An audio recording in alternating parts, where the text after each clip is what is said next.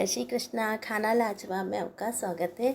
मैं सरोज माहेश्वरी आज आपके लिए लेकर आई हूँ आम की पूरन पोली की रेसिपी, जो कि बहुत ही टेस्टी और लाजवाब बनती है।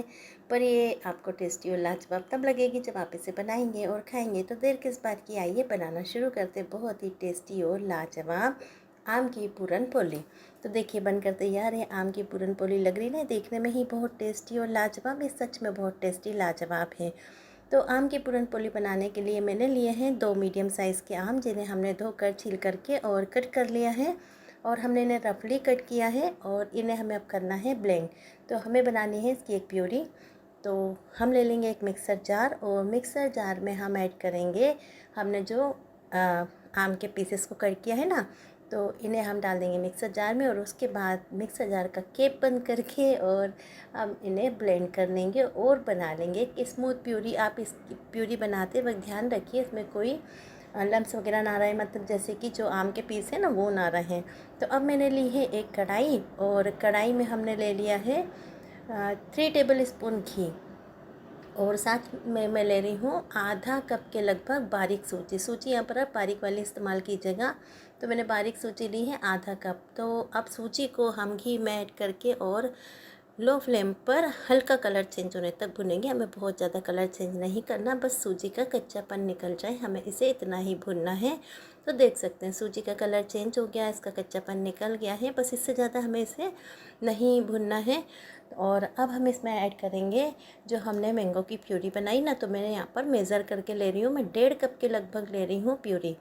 क्योंकि आम जो थे ना वो 2 थे, लेकिन जब मैंने उसे मेज़र किया प्यूरी को तो वो 1.5 कप के लगभग निकली। तो हमने सूजी में ऐड कर दिया है आम की प्यूरी को। और अब हम लगातार चलाते हुए आम का कच्चापन हटने तक इसे भून लेंगे, जिससे कि जो है ना पूरन पोली बढ़िया सी बनेगी। तो आम का कच्चापन निकल गया और मैंने ऐड किया है 1/4 कप के लगभग दूध। और दूध रूम टेम्परेचर वाला है, क्योंकि अब हमने सूजी में पानी तो ऐड नहीं किया और ना ही आम के रस में किया था, इसीलिए मैंने यहाँ दूध का इस्तेमाल किया है। तो दूध डालने के बाद इसे अब हम लगातार चलाते हुए भून लेंगे।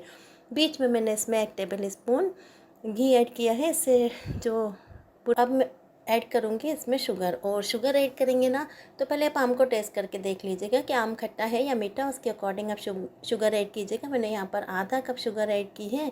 और शुगर को डालने के बाद हमने अच्छी तरह से चला लिया, शुगर ने वाटर को रिलीज़ किया। उसके बाद वापस से हमने इसे अच्छी तरह से भून लिया और ये आप देख सकते हैं बढ़िया थिक पेस्ट बनकर तैयार हो गया है। तो अब मैंने 2 टेबल स्पून के लगभग प्रीमिक्स ऐड किया है। और ये वही वाला प्रीमिक्स है जिस प्रीमिक्स को हम आइसक्रीम में, कुल्फ़ी में और खीर वगैरह में इस्तेमाल करते हैं ना, वही वाला प्रीमिक्स दिया है मैंने। इसे लस्सी में भी इस्तेमाल किया है, बढ़िया सा बनता है। तो अब हमने मिक्स करने के बाद अच्छी तरह से इसे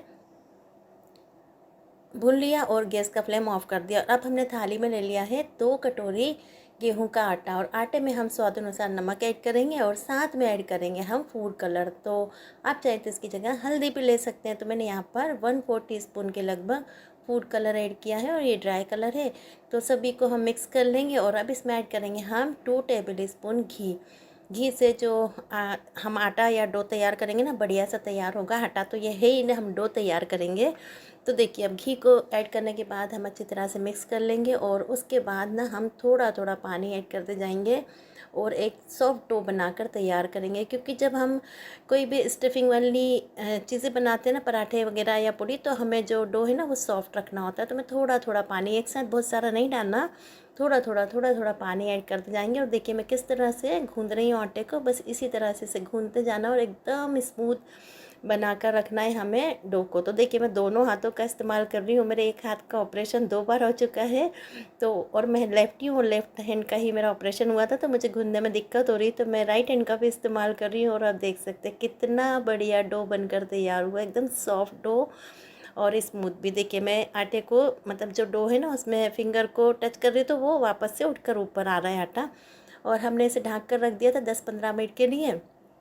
और एक बार फिर से हम डो को इस तरह से गूंद लेंगे। और डो तो वैसे बहुत ही स्मूथ हो गया है। और अब हमने ले लिया है 1 कटोरी सूखा आटा, ये गेहूं का ही आटा है। और अब हमने डो से लोइयाँ तोड़ ली और हमें बनाना है अब पूरन पोली।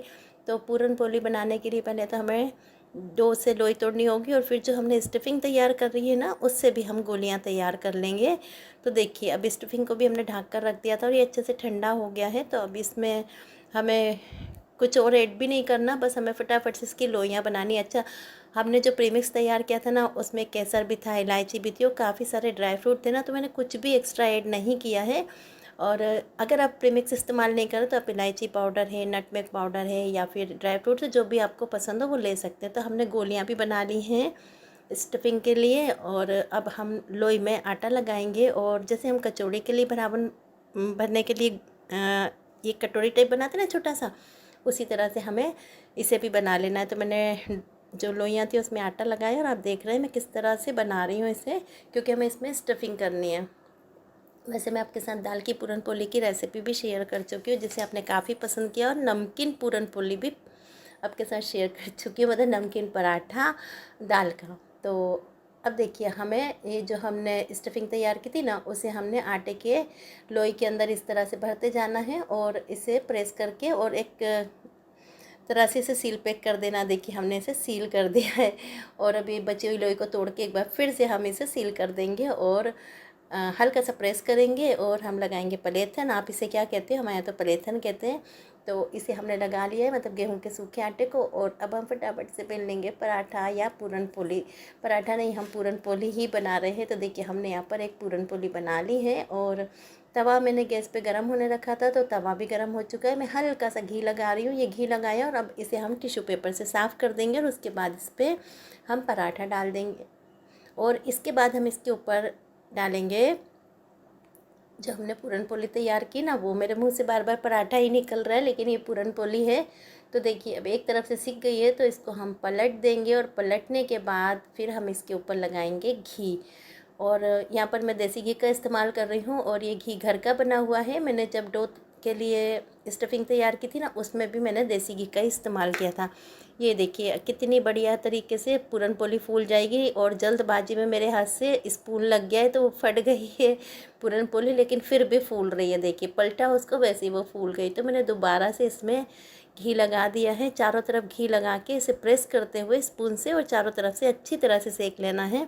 तो देखिए काफ़ी अच्छी फूल गई है और बढ़िया सी बनकर तैयार हो रही है। तो इसी तरह से हम सारी पूरन पोलियाँ बनाकर तैयार कर लेंगे। ये देखिए दूसरी पूरन पोली भी हमने बना ली है, और काफ़ी अच्छे से ये वाली भी फूल गई है। तो अब हम जितनी भी पूरन पोलियाँ उन्हें इसी तरह से बनाते जाएंगे। तो मैंने एक पूरन पोली फिर से बेली है और उसे तवे पे डाल दिया है, और इस पे भी हमें घी लगाकर इसी तरह से इसे सेक लेना है। तो देखिए अब ये हल्का सा सिक गया है, तो इसे हम पलट देंगे। बहुत तेज़ गर्म है, और हमारा जो किचन है ना वो भी बहुत ज़्यादा गर्म हो गया है, क्योंकि ना वहाँ कहीं वेंटिलेशन नहीं है, और अभी गर्मी का टाइम है तो भयंकर गर्मी लग रही है, बहुत ज़्यादा गर्मी है। और फ़ैन वगैरह तो हम चला नहीं सकते ना, क्योंकि अभी हम किचन में काम कर रहे हैं तो गैस में हवा लगेगी। तो देखिए दूसरी पूरन पोली, तीसरी पूरन पोली, इन सभी को हम इसी तरह से सेक लेंगे, और बढ़िया सी सिककर तैयार हो गई हैं और काफ़ी अच्छे से ये फूल भी रही हैं। तो पता है इसी तरह से पूरन पोली बनाइएगा, जिससे काफ़ी अच्छे से फूल जाएं, जिससे क्या जो पूरन पोली बहुत ही बढ़िया लगती है। और हमने जो डो में घी का इस्तेमाल किया था ना डो बनाते वक्त, तो उससे तो जो हम डो तैयार कर रहे थे ना, मतलब हमने आटे में घी का इस्तेमाल किया था और फिर हमने डो बनाया था। तो आपको पता है डो जो है ना बहुत ही सॉफ्ट बना था, और ये पूरन पोली तो इतनी बढ़िया, इतनी टेस्टी, इतनी लाजवाब कि मैं आपको क्या बताऊँ। आप खुद ही बनाओगे तब आप कहोगे कि वाह क्या बात है, वाकई बहुत ही अच्छी, बहुत ही टेस्टी और लाजवाब बनेगी। तो देख रहे हो ना कितनी बढ़िया तरीके से सभी पूरन पोली फूल, एक एक पूरन पोली। तो आप पूरन पोली को खा सकते हैं घी के साथ, अचार के साथ, रायते के साथ, दही के साथ। हमारे यहाँ तो पूरन पोली को कड़ी और घी के साथ खाया जाता है, और साथ ही में थोड़ा बहुत अचार भी लिया जाता है, अपनी पसंद का अचार। तो आप क्या पूरन पोली को कैसे खाते हैं मुझे कमेंट करके बताइएगा। और ये पूरन पोली आप एक बार ज़रूर बनाइएगा, फिर मुझे बताइएगा कमेंट करके कि आपको ये पूरन पोली कैसी लगी।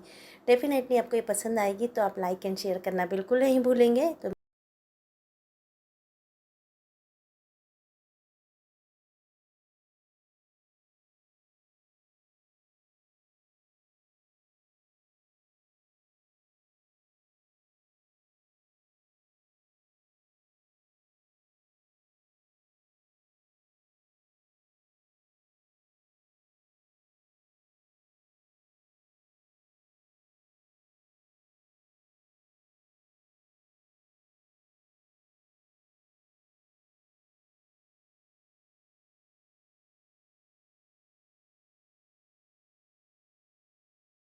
तो आप पूरन पोली को खा सकते हैं घी के साथ, अचार के साथ, रायते के साथ, दही के साथ।